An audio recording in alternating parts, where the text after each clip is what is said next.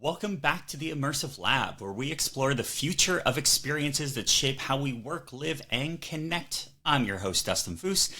Today we're talking strategy, but not the kind that you learned in business school. Our guest is Lesley Hawkins, brilliant, amazing person. She has over 30 years in corporate leadership. She has been everywhere, done everything. Probably one of my favorite people to talk to on this planet. And she's figured out something that most executives completely miss. And that's how to turn competition into collaborators and customers into co-creators. In a world where AI can crunch data, but you can't trust, they can't build that trust, Lesley represents the future of strategy, turning human relationships into unstoppable competitive advantage. Lesley, welcome to the Immersive Lab. Oh my goodness, that's a great introduction. Thank you. It's a pleasure to I be here. know. It's one I of had those no fun things idea. where I could just talk about you for hours and all you have to do is just sit there and be like, yeah, I did that. Yeah, I did that. Because you're an incredible leader, you're an incredible person, but more than anything, you are one of my favorite communicators. Thank you. That is very, very kind. And honestly, that means the world. Because communication to me feels like it's a lost art right now. It's so true because everything comes in waves. You'll have folks saying, we are great communicators, and their way of showing that they are a communication, strategic, professional is just AI tools. That's all they do is they have built a system where communication is a part of the function. But you and I know that communication takes years and years to focus on from the get-go, and also to build that strategy within your teams. You don't just hire for people who are good communicators. You have to see what it means to be a true communicator. Yeah, and honestly, I've seen some strategies that were brilliant on paper that absolutely collapsed after 6 months because there was no communication. The communication was full of jargon, industry speak, wasn't easy for teams to understand, and ended up like months and months of work, thousands of dollars spent, end up on the cutting room floor because your average associate has no idea what it actually means. So, I mean, my husband and I always joke that communication is a bit of a lost art form. And so it's just, there's example after example of where real communication makes just the world of difference. Absolutely. So most people will know you from your past role, Yeah. which is golf professional. We've all been seeing your Instagram stories about how incredible you're doing out on the courses. Most people may not know that you were actually the VP of retail at Adidas before you got into your. No, I'm joking. I'm joking. Most. I am not a golf professional, not even tiny. It's one of those things. I've been following your journey for such a long time, but I know that most people think of individuals as just their title. They don't think about them as the person. And I always want to put people ahead of their titles. And so on your end, we met when you were VP of VP of Retail for Adidas Canada. Yes. And tell me about like how when you and I met, what your first thoughts were when you saw this random person sending you a note being like, "Can we talk about retail?" Right. Yeah, so it was I had done lots of PR training. I'd spent lots of time with media, but it was always in the golf industry because I spent the vast majority of my career in golf. And it's a very small media group, obviously, in golf, just like that whole industry is pretty small. And all of a sudden, I had you reach out asking me all these questions about retail. And I thought, well, wait a second, I am in totally over my head. And the nerves went away instantly once I started talking to you, just like everybody who I know who's ever interacted with you. There's no pretense. There's a partnership automatically. I mean, one of the things that you do so well is you make people feel really comfortable, and there's no hidden agenda. And I think that's so unique, and it's rare, unfortunately, right? And I know that now as a business owner who's reaching out to my network saying, hi, here's something new that I'm doing. I would really appreciate your advocacy and your partnership and your help. At some point, I'm not very good at asking for help in any part of my life. And certainly, so it's been really interesting to get to know you and to build this partnership. And I think, honestly, during my time at Adidas, you were instrumental in helping to share all the news of all the really cool stuff that we were doing at that point. And, but not just, the press release style. It was really, let's get down to the story. Let's get down to what's actually happening and share it in a different way. And I think that's just a real testament to you as a person and as a leader and certainly as a media giant. So it's amazing. And it also showed that on your end, you were ready to go to bat for your team. Because one of the things that people don't realize when you get into these larger organizations is it's always we. As a team, we did this. But when you get down to the brass knuckle or the brass tacks of a media outreach or a strategy, you have to be proud of what as a team you're doing. And that takes into account what we're going to be talking today, which is collaboration, team culture, but also being ready to jump internally and externally. And that's where the fun comes in, because you and I wouldn't have had the relationship and the partnership for brand and media if you weren't doing cool things. Right. And I think one starts the other, but I think there's always a story. And everybody has a story, whether in business or in life. And I think the ability to draw out that story and to clearly communicate it. And, I was fortunate while leading Adidas Retail that we had a lot of stories because we were really transforming a business in such a way that there was lots to talk about. Absolutely. Now, one of my favorite parts about your story is that you, like in the tough part about our conversation today, I'll back up a little bit. The tough part about our conversation is that there is so much that we can talk about. And we have gone completely, like, coffees going multiple hours. We have done store walks. We have done everything. There are times where we were in store talking about things and the time just flew by, because that's what retail is all about. You get a chance to have a really cool conversation.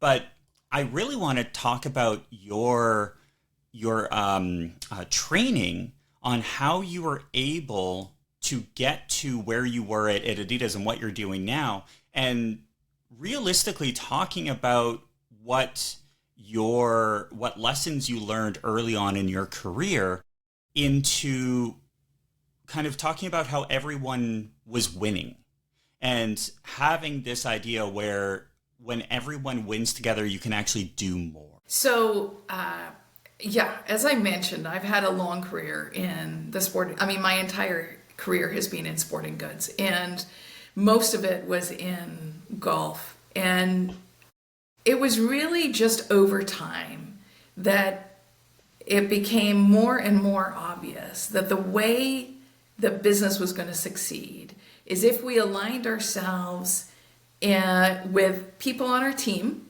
who shared in our vision and our values, if we aligned with partners who shared in our vision and values, and that we stuck really, really true to what we knew. And it became really quite self-evident that when we aligned ourselves with those like-minded people around us and externally, that's where business thrives. And it's not fake. It's not contrived at all. It's really about talking honestly about what do you need from this as an external partner and what do we need as an internal partner. And I'll give you a couple of examples. So in the golf industry, the core of the business is really golf professionals, right? These are golf professionals who come into the game because they love the sport, they love teaching, they love consumer relationships. But what they're not necessarily really strong at is retail. While retail is taught as part of their program, it isn't the core. They don't wake up every day thinking, okay, I need to make sure that I re-merchandise my store. That's not their thinking at all. And it's no disservice to them. It's just one of the 400 hats that they have to wear every day. Like it's ridiculous. They're like the district manager version of retail, right? They're wearing so many hats. And so there was an opportunity, and it was these golf professionals needed to become better retailers. And in order for them to be better retailers, that's how their business would grow. Well, the same as a wholesaler was true. I needed their business to grow with us in particular in order for our business to grow. So it was all about education. And it feels like that has become, throughout my career, sort of the underlying. I know as a leader, I don't know everything. I'm going to surround people who are much smarter than me, and we're all going to learn more together. But in this particular case, we introduced a program. We call it a university program, so it was called Fuhs University. And it was the idea that we would bring together golf professionals who are all, in essence, competitors, but we're all in the room together. And we would go across the country and train them on all different parts of retail. So it started out really, really basic with things like, what is retail merchandising? What does visual merchandising mean? How do consumers interact with your golf shops? You know, all the stats of 90% of Canadians are right-handed. They're going to walk in and turn right. This is how the eye goes in retail. All of the basics of consumer behavior. Then it was more about the operations part. It was about how you merchandise. It was how you run promotions without always being off price, because you don't want to be off price, because the golf season is so short. You need to capitalize on every dollar possible. And at the end of the event, everyone would leave with a booklet that became sort of their guide. And they could then disseminate that information to their teams. And what came of that was a great partnership with our customers. And they were able to instill some of these lessons into their team. They grew their business. We helped them grow their business. In turn, it grew our business. And we then became their trusted business advisor. And I've used that term for years and years and years. And it's because it doesn't matter what position you're in. If you can become someone's trusted business advisor, that takes you to the next level. That takes you beyond just being transactional, and now it's relational. And the moment you can make that switch, things completely change. And that's where you can see your business and you as a leader also thrive. So as I've started my own business, I have my board of directors, which it's not a board of directors, but it's a group of people that actually don't even know that they're part of my board. And one of them is my financial advisor. Makes total sense. But I will not make one decision without her in the room, because I trust her for her financial advice, but more than anything, I trust her for her business advice as well. And that's totally different than, hey, here's some money and can we invest it? Right? Completely changes the conversation. So I think it's all about making that move of being transactional to being relational and how you do that. Absolutely. And that actually goes back to one of the biggest parts of our original partnership was when we were doing stories with Adidas.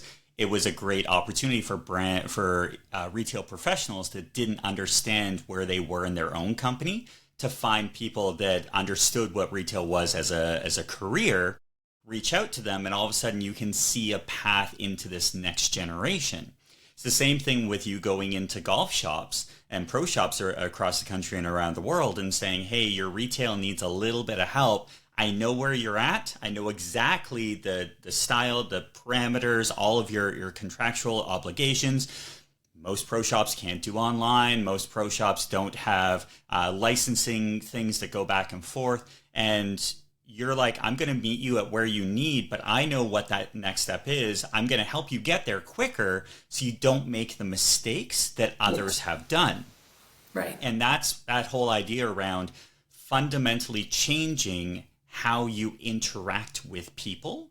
And it's not just on a business scale, it's on a professional level as well. And you don't have to have a financial outcome to make sure that you're going that way. But you've built such an incredible network that when you're going through this process, how do you find the right competitors that you feel could be into a real collaboration? And is there red flags that pop up in your mindset that actually will steer you away from looking at a competitor as a collaborator based on some of your past opportunities? Yeah. So much of what you're referring to is some of the work that we did at Adidas Golf when we were really going to our core partners. So it started with a large golf retailer of, as a consumer, I'm tired of walking into large big box stores, and I call it the sea of sameness, where one golf shirt just blends into the next golf shirt and into the next golf shirt. I mean, it's impossible for a consumer to truly define where one brand starts and stops, and it's confusing for the associate to work. And so we went in and said, okay, we're going to take a bit of a leap of faith here. What if we created a shop in shop, which in retail is not that creative, let's be honest, right? But it was new in golf. And generally, obviously, it takes massive financial investment. But more than anything, it took that relationship of, do you trust me? Because what I'm going to show you is something totally different.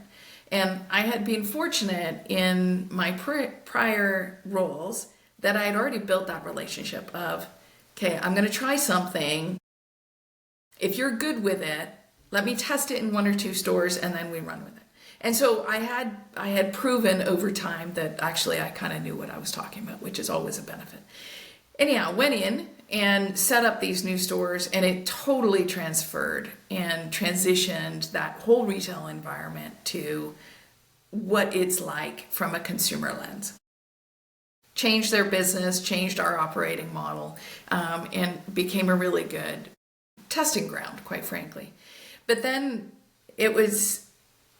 that's fine at a retailer level, but in golf, the core part of the business is on the green grass side, right? It's those golf courses you can now go and play at an indoor simulator, but then you really need to go outside and play at a golf course. So those pro shops are core to the business.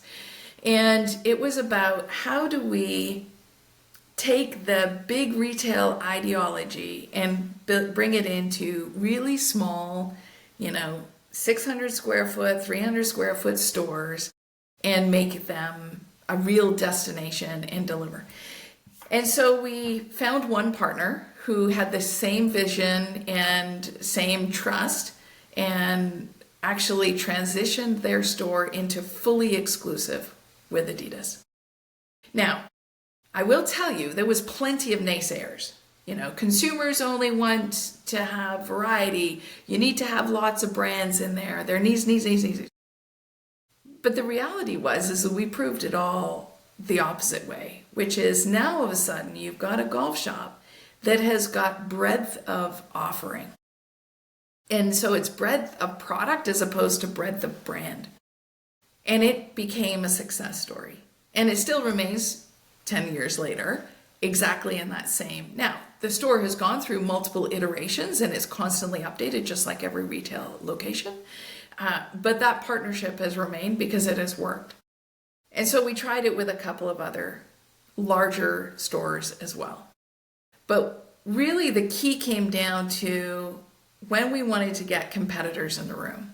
And so if you're a golf course and there's another golf course right next to you, in essence, You are competitors.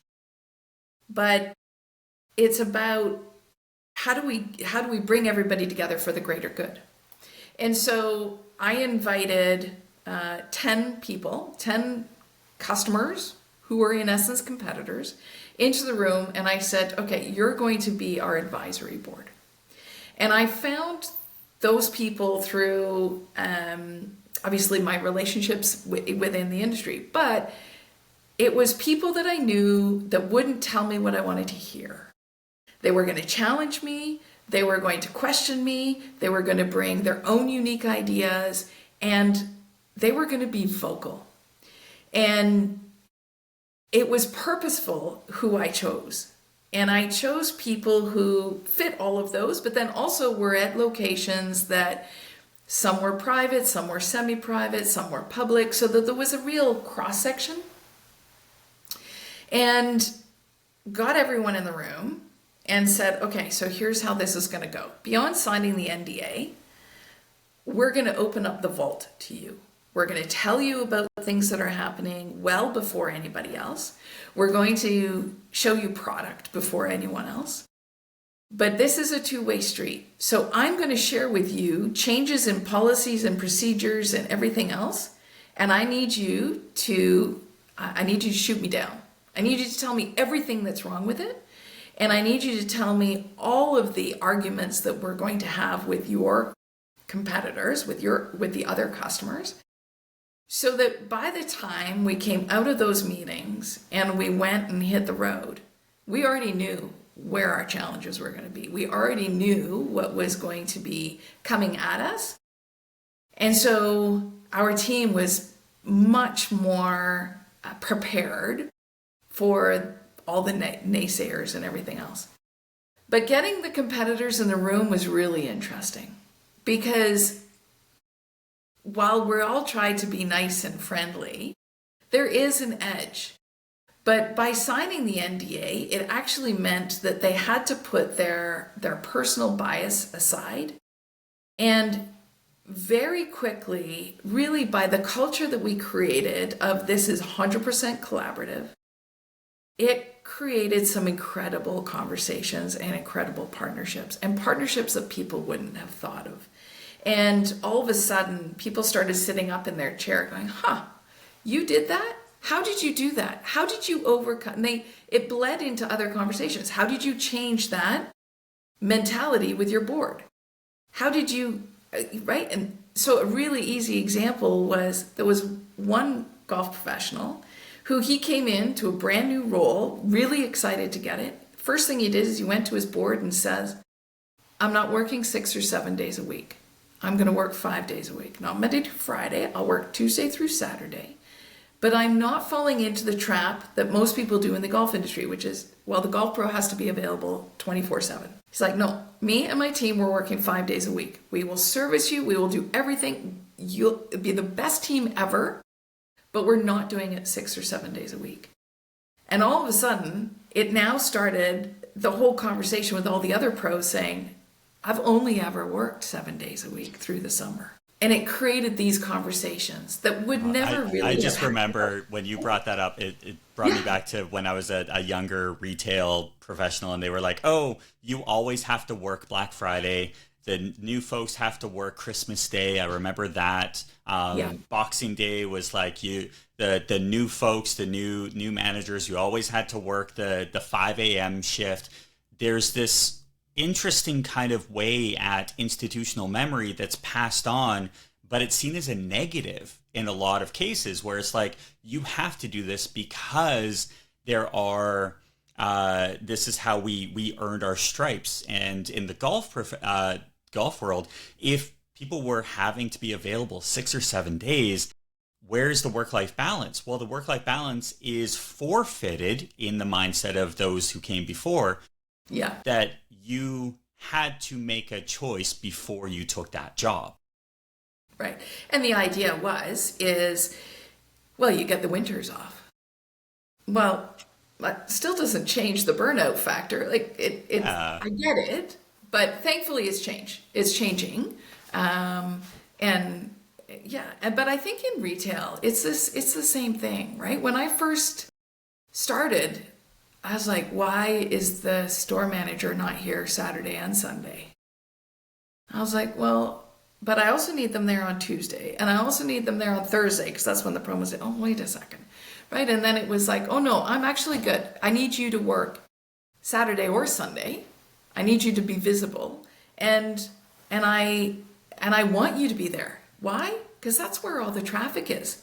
That's where you build up your relationships with those consumers who come in every day, every weekend, right? This is their stop by every month, whatever it may be.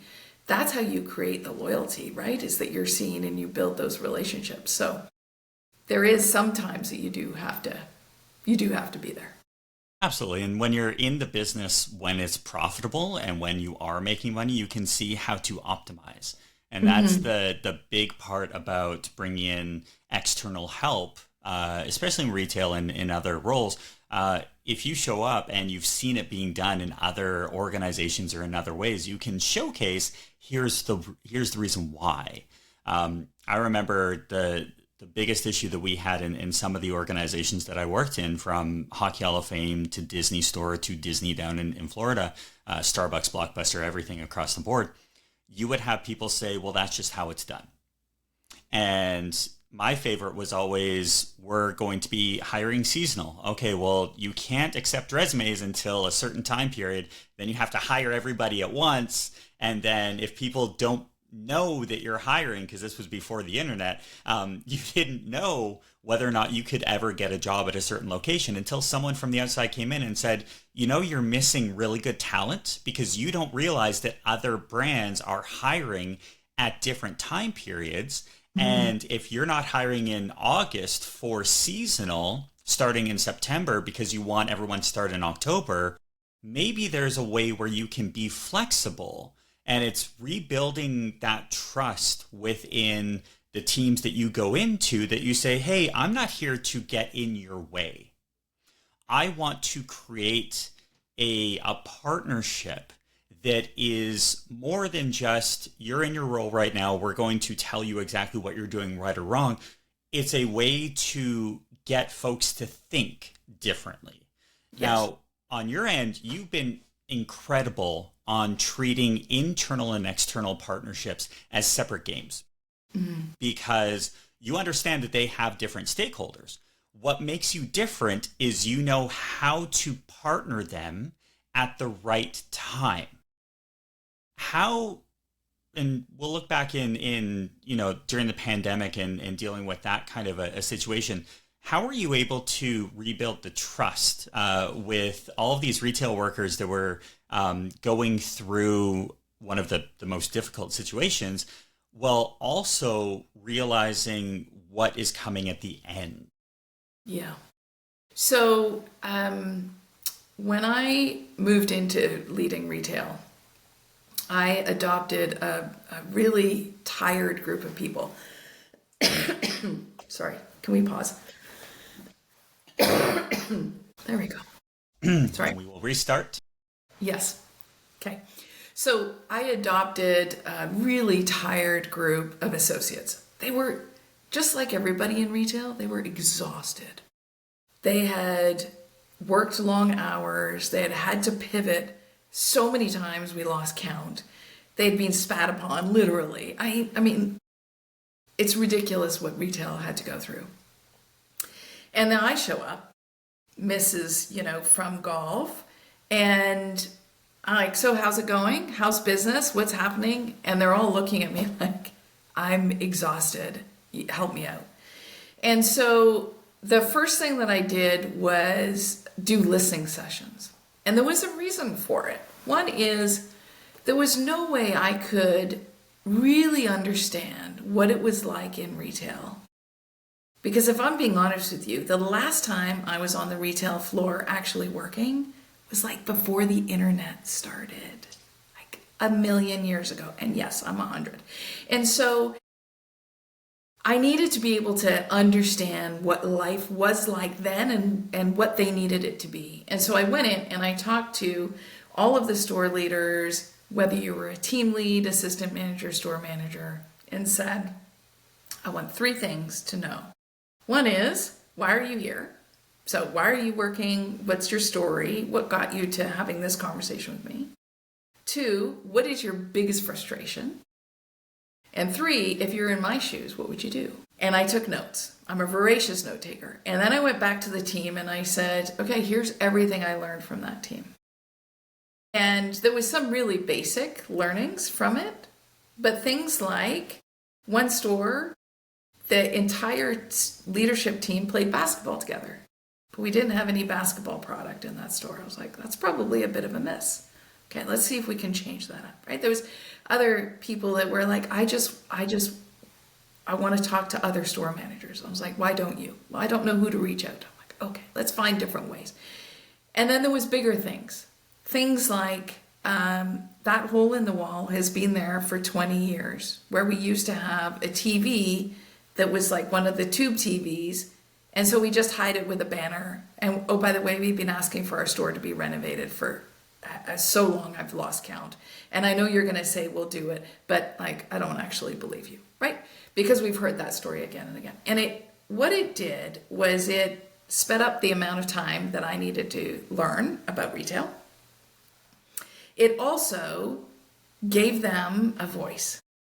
And the store associates are the closest people to the consumer. They know the consumer better than anybody. They know the consumer better than I do, and my team does, sitting in an office. They're in front of them every day. And yet, they were the last group that anybody spoke to. And so it was, here's a decision from corporate, we're just going to push it down on these store associates. And then we sit back and go, well, why didn't it work? And so you get to point the finger at the store associate. Well, you didn't set them up for success at all. And so it created this two-way communication. And I did it, then my team started to do it, all of the leaders started to do it. We did coffee chats. So every Thursday, I would allow people to go into my calendar and block off 45 minutes. They could talk about anything. It didn't matter if they were talking about, I'm getting a divorce, or I don't like my boss, or explain to me this policy, or whatever. It didn't matter what they talked about, but it just kept going back to, we're all people trying to do the best we can with the structure and the policy and the guidelines that we have in place. How do we make this work for all of us? How are we all going to be successful? And it really got us to a place of, we had calls every week. We called it the retail rally. We had so much fun. Because I have to ask you, how many of those folks, when you were trying to get them to book time in your calendar, how many of your individual like store managers and leaders didn't take you up on that offer? Because if I had that opportunity growing up, trying to get in front of my district manager, my VP, anything like that, it was always through someone else. I remember when I was an assistant at Disney Store, it was always, you can talk to people, but you have to talk on the same level. Assistants can only talk to assistants. You can't call another store manager because you have to get your store manager to do that call. It was very siloed. But what you're saying is that it's a mentality. Yeah. That's incredible. It's completely different mentality. At the beginning, I sent everybody a list of here's all the Thursdays and here's the time slots and blah, blah, blah. And one or two people, generally from corporate, were like, yeah, okay, I'll join in. But then there was crickets. And so the next week phone call would be, hey, everybody, I'm not joking. I want to hear from you. Oh, okay. And then you get one or two people that are like, are you sure? And then they would come to the meeting and say, so how does this work? I was like, you've got 45 minutes to talk to me about anything you want. Anything? I was like, nothing's off limits. Huh. Well then. And then you get one after the other, and it created this snowball. And it's incredible what people will share if you give them the opportunity. And it helps shape you as a leader, because while everyone would always say, oh, I'm so appreciative of your time, I can't believe you're doing this. I was like, no. This is quite selfish of me, because I'm learning just as much as you're asking questions, because I know by the questions you're asking where our issues lie. I also need to know, like, what's the hot topic? You know, if multiple people are coming asking the same thing, then I know that we're not doing a good job in our communication. We're not doing a good job with the right policies, or we need to double down on something. And I learned so much from the team. And I think if you're a leader, to not appreciate that the team knows more than you do, I think you're missing the plot, really. Absolutely. And there's so many folks out there, especially in the retail side of things, that they don't understand that hiring a firm to come in and provide you feedback by way of surveys and other secret shops, that's only part of the discussion. The real way to build trust is to talk to your team. They're on your payroll. They have to talk to you. That's part of their job. So one of the things that we've talked about over the years is our teams travel. Our brands are constantly out there. You're having not just your customers, but your actual team going on vacations, trying out new things, which means that we have this opportunity to see what's out there. And I know when I traveled, I would send you specifically photos from New York and from other areas like, hey, did you see this Adidas store? They have this exclusive merchandise. They have that, because obviously gift shop guy. I was always looking for what made things different. Can you talk about one of the ideas that you had from the golf industry, and then transitioning into your role as a VP of retail, where you were constantly on the lookout to make sure that your brand stayed relevant on the global scale? Yeah. So you're right. Everybody does travel, and it has become far more transient in community now, I would say. But the challenge with business is that you need to be as relevant for your local retail consumer as possible. But there's also a business side to it, right? So we can't have a product assortment that is 100% unique to Canada. It's just not realistic. It's not financially viable from a supply chain. It's not viable from a factory production. It's not viable. So one of the things that we did at Adidas Golf was really partnership with our US group, for sure, but then a lot with our European team. And as you and I have talked about on many occasions, the Canadian consumer is a hybrid. It is a little bit US, and it's a little bit UK, and a little bit Europe, and a little bit of everything else all mixed in. It is truly a mosaic.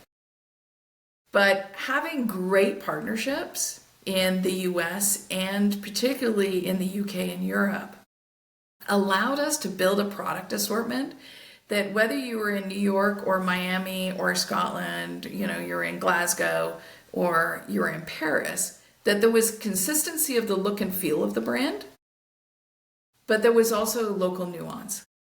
And it really came about with some incredible partnerships and I would say negotiations. It was, here's what Canada needs. This is what our consumer needs. We're not going to be able to bring this to the market because we don't have enough volume. So let's partner. And so it became a negotiation between the three sort of regions of, okay, well, I'll do that for you if you can help me out here, and vice versa. Once again, it's all about collaboration and partnership. And when we introduced at Adidas Retail, the Toronto Lab, which was at the Toronto Eaton Centre, once again, a completely new way of doing things. It was, how do we customize product and create a really personalized experience in a retail environment that needs to stay true to all the brand guidelines, all the brand expectations, but that is really localized.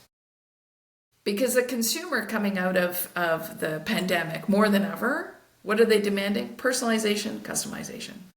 And so if we didn't respond to that, we would have missed the mark on what consumers want. And so we introduced the idea of bringing in some new vendors. bringing in some new vendors that had different digital capabilities, had different ideas, had different applications. And we did what Canadians do best, which is we test and learn. And it was a great experience. It has gone through so many iterations, but that's been reflected in the how well it's doing, the popularity of it with consumers. And so you fast forward a few years, and now it comes to the Vancouver store, which is, okay, now we need to take customization and personalization to another level because we've already set the benchmark. So how do you do that? And so it was, okay, let's try some other localized vendors, see what they can do. Let's introduce something totally different. What about a running lab? Okay, they've tested it in other areas, but to varying degrees of success. Okay, well, let's get somebody in who leads it, who is a runner, who lives and breathes that community, and who thinks not like a retailer, but thinks like a runner first and a retailer second. And it was a game changer.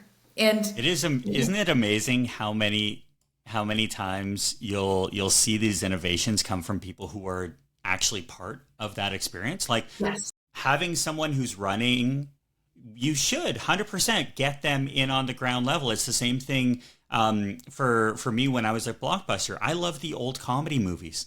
But the fact that you didn't have, like, I wouldn't stock the entire store with B comedy movies from the 80s and the 90s. You still need Titanic and that kind of stuff. Mm-hmm. But it was just amazing how many people would buy things from the retail level, like from the buyer side, based on what they personally wanted versus what the organization could want. And on your end, you did not just a great job of bringing an idea, following through, but it's that test and adjust, because when you're thinking about how technology changes on a day-to-day basis, there are folks who are going to come in and say, I want this specific thing, and I'll constantly bring people in. They may be a tour leader, they may be a sports team. All of a sudden, you're teaching your team how to lead through opportunity instead of hitting opportunity and saying, no, this is as far as we can go. Right. And I mean, it's one of the things that I've done throughout my career is I'm a bit of a pain for my leaders because I'm always testing, well, what if? And if somebody came to me and said, no, this is just how we do it, I mean, I just cringe. I don't like that approach. I was like, there's always a way that we can be more creative, be more innovative, challenge more. Because 5 years ago, our life was totally different than it is now.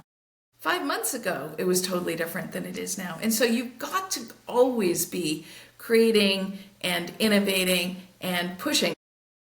There's no way you can do that as a leader if you don't surround yourself with an environment and a culture and a team that is going to raise their hand and go, so wait a second, maybe there's a different way we could do it.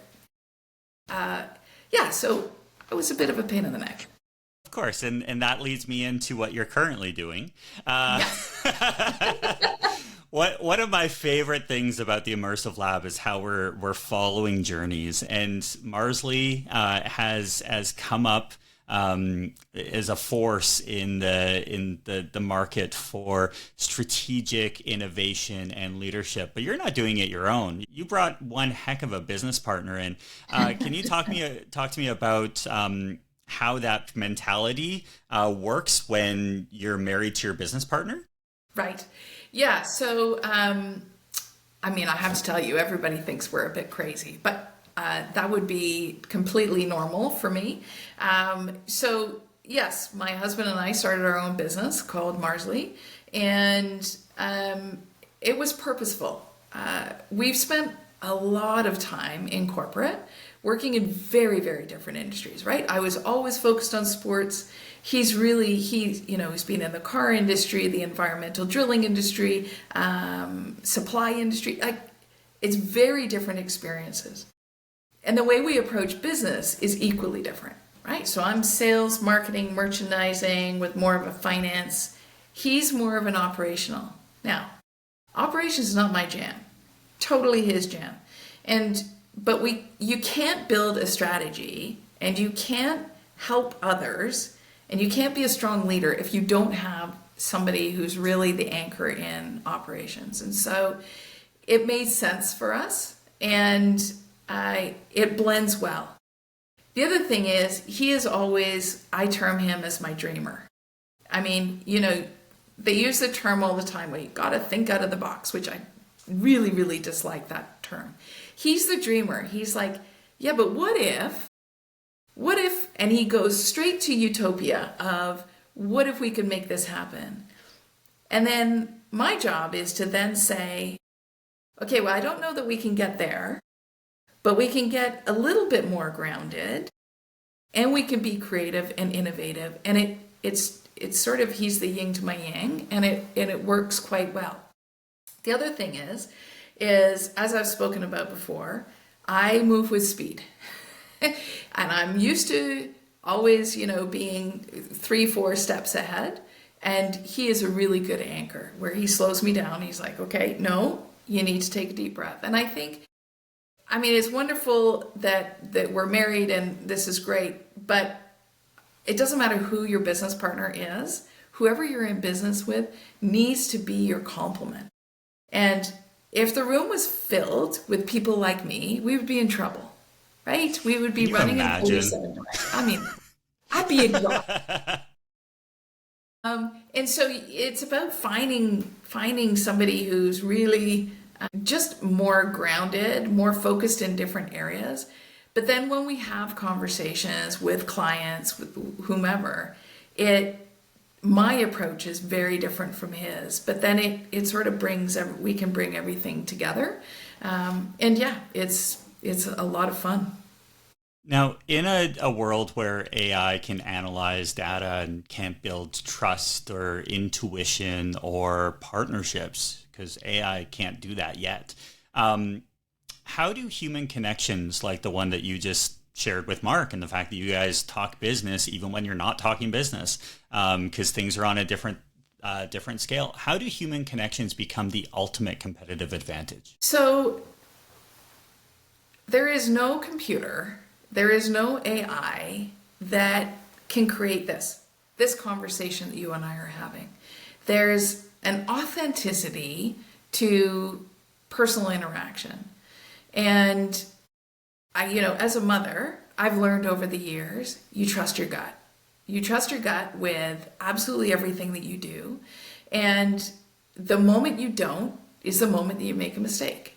And so I have learned over the years that my gut instinct will invariably lead me in the right direction. And I've done that in my personal life, but I've also done a lot of that in my professional life. And I'll give you one example. I needed to hire a director of sales when Adidas divested of TaylorMade. Now Adidas Golf was sort of a standalone unit. And so half of the team was moving over to TaylorMade, and so I needed to rebuild the team. And I needed a director of sales. And I met this gentleman who I didn't know him. I didn't know him from the industry, and I quite frankly thought I knew everybody, but I didn't. And he came in for an interview, and I had my stock questions ready to go. And we had an hour. And we talked for an hour and a half. We never once touched any of the questions. And we talked about family, we talked about the industry, we talked about our values. We literally talked about everything other than, so why do you want this job, and what are your strengths, and all of the normal cachet questions. And he was up against another person who I had known for a long time, who had lots of industry knowledge, who knew the inner workings of the business, who had been with the organization for a long time. But there was this intangible. There was no way on a piece of paper where, after an interview, you sort of rate people of a scale of 1 to 5. There was no way that there was any data that was going to showcase how I felt in my gut, how I felt about what it would be like to work with this person, and the relational leader that he was, that I thought, this actually could become a game changer. And so that's who I ended up hiring. And so Jeff Feltrin is an incredible leader. When I left Adidas Golf, he moved into that role. He continues to excel. The business is on fire, and he has become a good personal friend. He's just, AI can't do that. It just can't. And so I know that there's all kinds of technology out there.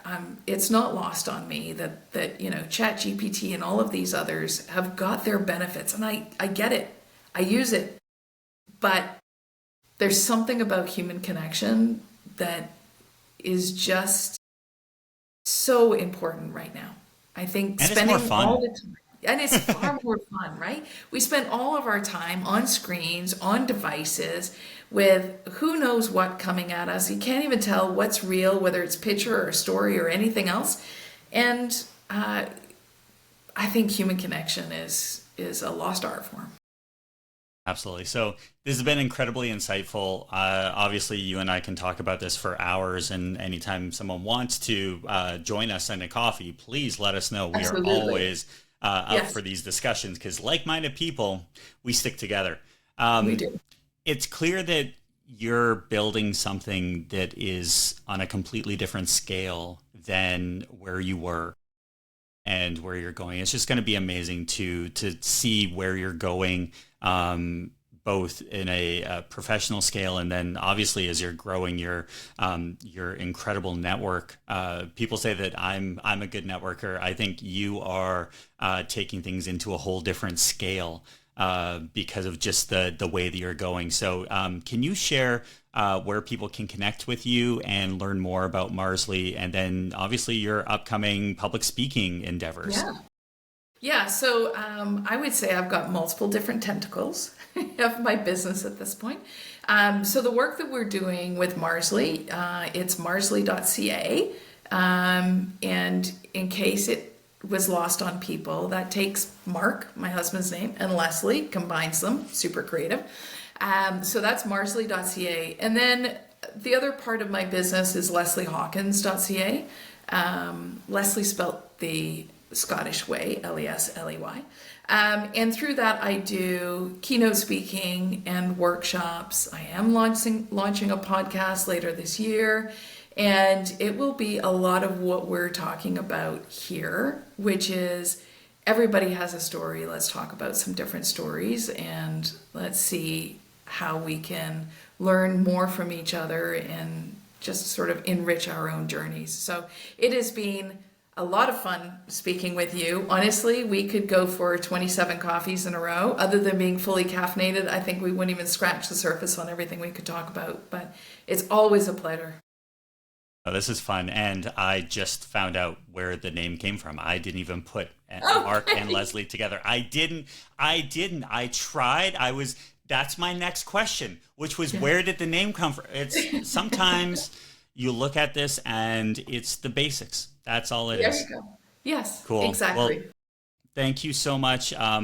We are incredibly indebted and can't wait to catch up with you as things go on. And for everyone who made it to the very end, thanks again. And we will keep building this thing called retail and immersive and experiences, and we'll keep having fun. Absolutely. Thank you.